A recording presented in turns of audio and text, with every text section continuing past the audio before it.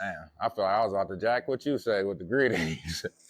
Yeah. I don't like to say good morning because you know, when niggas get a little woke, you say morning, we don't mourn. You know what I mean? We don't wake up morning. We wake up greeting the day. You know, it's a grand rising and shit. I ain't super conscious, but I'm trying to be. Hey, man. But yeah, you're on the check-in with Straight from the Chair with Brice of Brice Davis Media. I got my co-host with me, the barber with the bow tie, Bargus to my left, which may be your right. Shit, right. I don't know. And we got some topics to talk about, man. I like to talk about the difference between tricking and providing for men. You know, when you're out with your lady, what's the difference when you tricking on somebody versus doing, you know, providing, adding value to the household income and things like that in a relationship? Man, shit, I'm a little older than you. For real, from my knowledge, tricking comes from the industry of pimping and pandering. You know what I mean? Pandering. The idea was to trick a man into giving him money without even having sex with him. You know what I mean? That's where tricking came from. But in the context of a relationship, when y'all two are together. In context of a relationship, tricking doesn't exist. Like, you don't believe buying hair and nails? I'm not saying that it is or isn't, but the traditional relationship doesn't even exist anymore, for real. But yeah, nah, in a relationship, nah, that ain't tricking. That's kind of landscaping. You know what I mean? You're landscaping. Yeah. Like you think of your woman, quote unquote, and this might offend some women, but your woman is your property. You know what I mean? You want to keep her groomed. Okay. You want to keep her. You want to keep self-care. You want to contribute to her self-care. So would you say that it's a man's responsibility to do that, though? I don't know. That's between the man and that's between individuals in that relationship. Because I feel like that's where the lines of tricking and providing kind of comes in at. Cause, I mean, we all know providing is the essentials, like food, gas, bills getting paid, things like that. But, you know, as far as tricking, to me, tricking's like buying unnecessary things in a relationship to keep the woman happy when you don't necessarily need to. Like I said, I don't think buying hair and nails is necessarily tricking, but I don't think that it's a requirement neither. Like, you just gotta do this and that when you're with somebody, especially if it's something that they want and, you know, provides no real value, depending on your space in life. So check this. Okay. Check this. Like, so anytime I am in any kind of conversation, when we in the shop, you know, when I'm with my friends or family, when I'm with my kids, if I have to, you know, I like to get down to the root of the word. We say provider versus tricking. Now, some shit is just contextual. You know what I mean? We take shit for, or we use terms in the context, but not really by definition, so to speak. So I always define words. So tricking, because we ain't got time to guess. So the word tricking has multiple meanings according to Google. It says deceiving or fooling someone.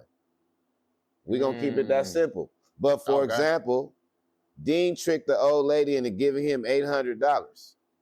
So a provider doesn't have to be tricked. Right. A provider assumes a responsibility, and within that responsibility, the requirements are set, like the expectation, not requirements, but the expectations are set. You know what I mean? So if my lady is making more than me, I am still her provider. She might not consider something like me paying for her nails a big thing. She just might want to make sure the food the groceries are paid for, the electricity is paid for. That's provider shit. You know what I mean? That's provider shit. But I mean, I think you defined it pretty well earlier on when you said that in a relationship, nothing's really tricking. Right. I might have to get back on that one, but for the most part, I can see that.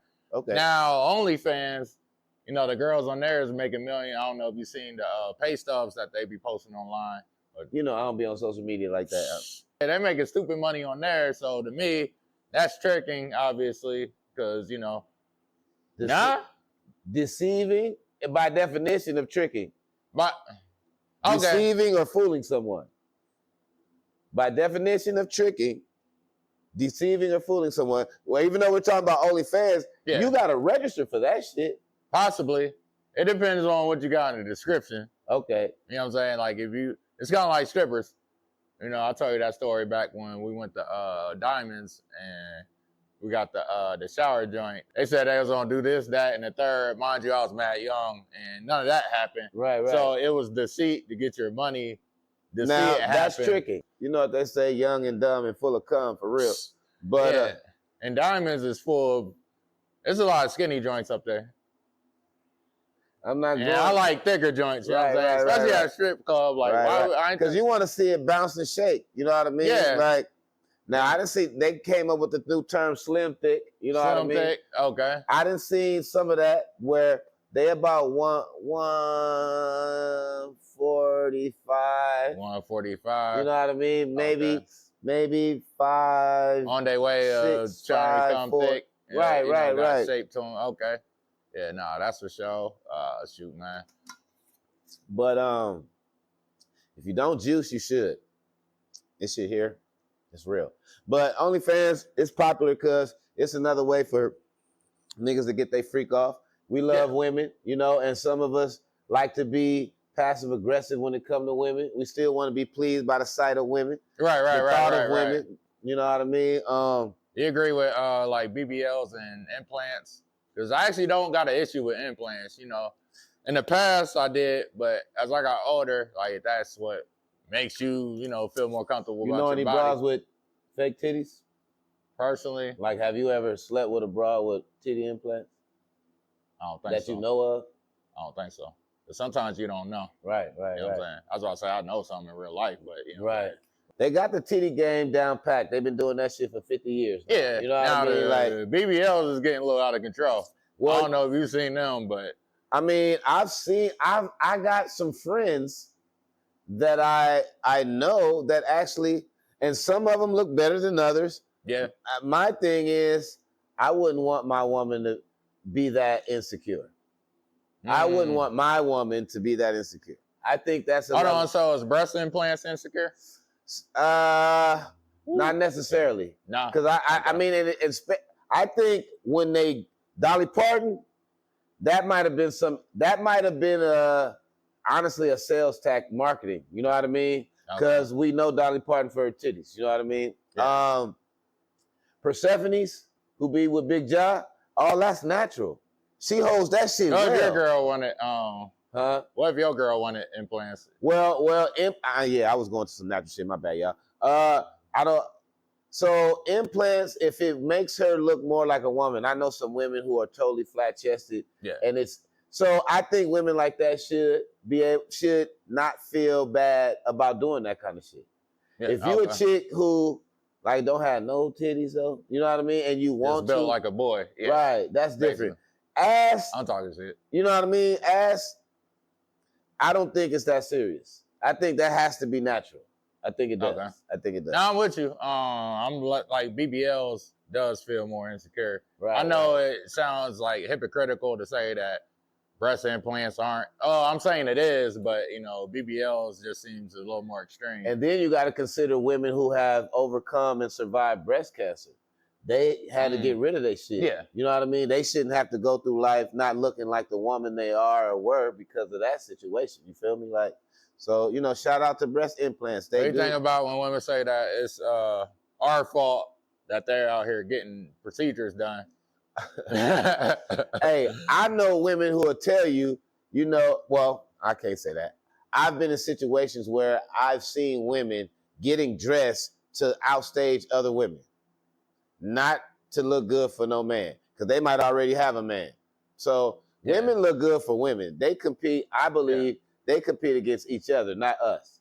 Just like men, we out here, we only making money for the woman. Now, don't get it twisted. Some of us are hunter-gatherers. So in these days and times, we getting our money. We hunting by growing stocks and creating businesses that way. But most men, they hustle to be glamorous for women.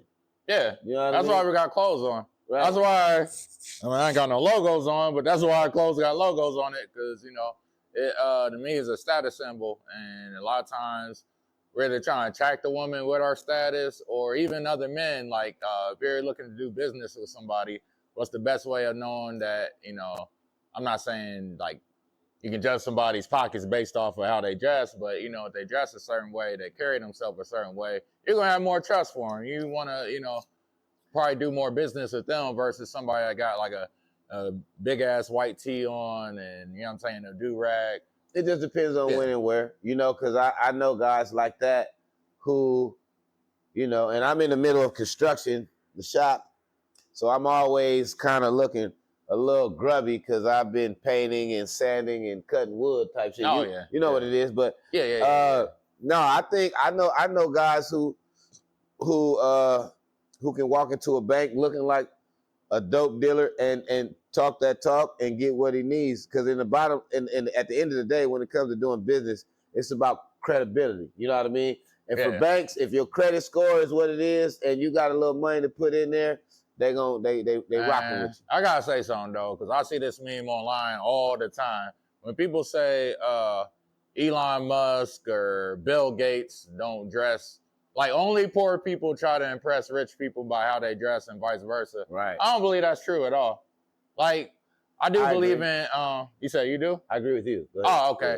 Because there's a such thing called confirmation bias where, you know, you look at the world through a certain lens to confirm your bias. Right. But yeah, people with money, you know, like for instance, we all know LA got Beverly Hills, Atlanta got, I forget the name of that neighborhood. It's about Atlantic Mall, I forget. It's the one where all the rich people live, and I guarantee if you cruise through that neighborhood, you're not going to see a bunch of people wearing Walmart gear. Like, you're going to see people, you know, wearing, you know, what's at the mall, like all the Top Gear, you know, type shit. Like, I saw this podcast with 50 and they was asking him, it was Big Boy and 50. Okay. And Big Boy was asking him, and shout out to all my favorite podcasts with Big Boy and 50. And he was asking 50, you know, do you go grocery shopping? He's like, yeah, nah. 50's like, nah. That don't require my presence, you know. And he's like, well, your assistant. Right. And he looking at his gear. He's like, yeah, man, I can tell that that shirt ain't cheap. He was like, did you go shopping to buy that? He was like, nah, you know, I have people shop for me. Yeah. And I pick out what they bring. You know what I mean? Yeah.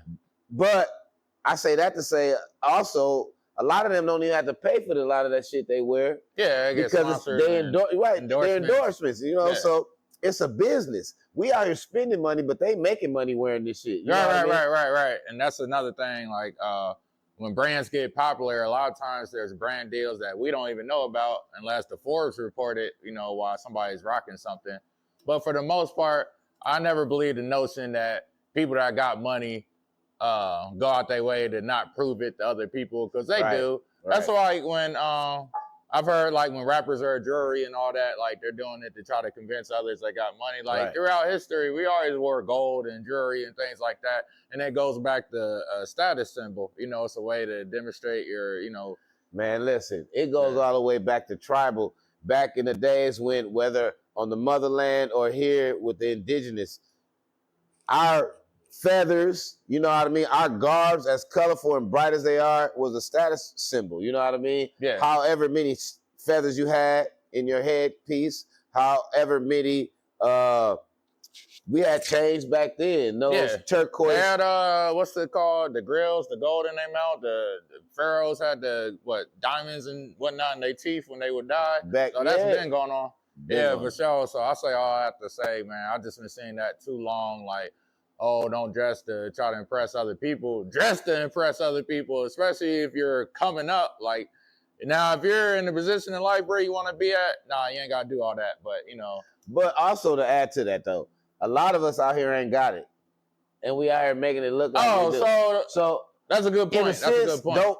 Man, I come from ratchetness, man. You know, unfortunately, I had parents that you know, they'd rather have the fine china. Like, you came into our house, you wouldn't know we was poor because of the shit we had, but wasn't no food in the refrigerator, and sometimes the bills didn't get paid. Like, you know what I mean? When you stunting like that backwards, you know what I mean? That's where you fuck That's one of the beauties of being a parent, though, is the kid not knowing. Like, don't get me wrong, I knew we was messed up, but you know, at the same time, as long as I could go to school and you couldn't tell, as long as that Adidas had 3 stripes and not 4, they was cooking. Like in 3rd grade, if you had that extra stripe, it was over with. So, you know. Listen, back in the days, they had these shoes called Elise. I don't know if they was everywhere, but in LA, they was kind of like a spinoff of Reebok or something. But we would go to Tijuana. We would go down and get all our school clothes from Tijuana, and everything sold in Tijuana would have the backward shit. Like it would be Reebok, but it would be Cabor. You know what I mean? Like it would be Reebok spelled backwards. Yeah. I don't know. I think we made it all the way to 7th grade before we really started noticing this. Noticing that. Oh yeah, junior high. We was getting that spinoff shit. So if you make it past elementary, junior high, it's gonna kick in. Oh yeah. Because you know, my mom couldn't dress me at all, so I had to figure it out. Hey, I ain't gonna lie, my mom could dress us. Okay. And I had so I got 2 younger brothers. You know what I mean? And my mom would dress me and my younger brother and we 3.5 years apart. Yeah. And I used to hate that. That's what I used to hate. Dressing like my little brother type shit. You know what I mean? But you get the hand-me-down joints? Nah, my mom, I mean, they'd be straight from there's this place in LA. If you grew up in LA, there's a place called Zodi's. It was Zodi's before and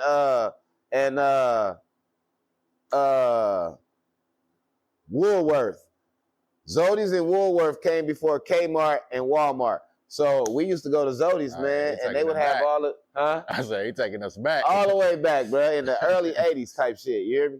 But yeah. When you're a kid, you don't really know, you don't care until kids that know start pointing that shit out. You know what I mean? Right. You gotta pull your pants down a little bit lower to cover up that logo. Right. You know, that Jordan ain't that big. Real talk. Shoot, we had the Shaqs when I was younger. I mean, I never had a pair, but you know, that was a shoe. To me, that was like the cool shoe if you couldn't afford. Because if you had on starter, you know, that was gonna get on you. So Shaq, at least Shaq was like a basketball player. I mean, you still would get cooked for Shaq, but you know, it was the next step up. And you know, hey, listen, when I was in junior high, I mean, LA was a different breed because we had different kind of gangbanging kind of governed how niggas dressed.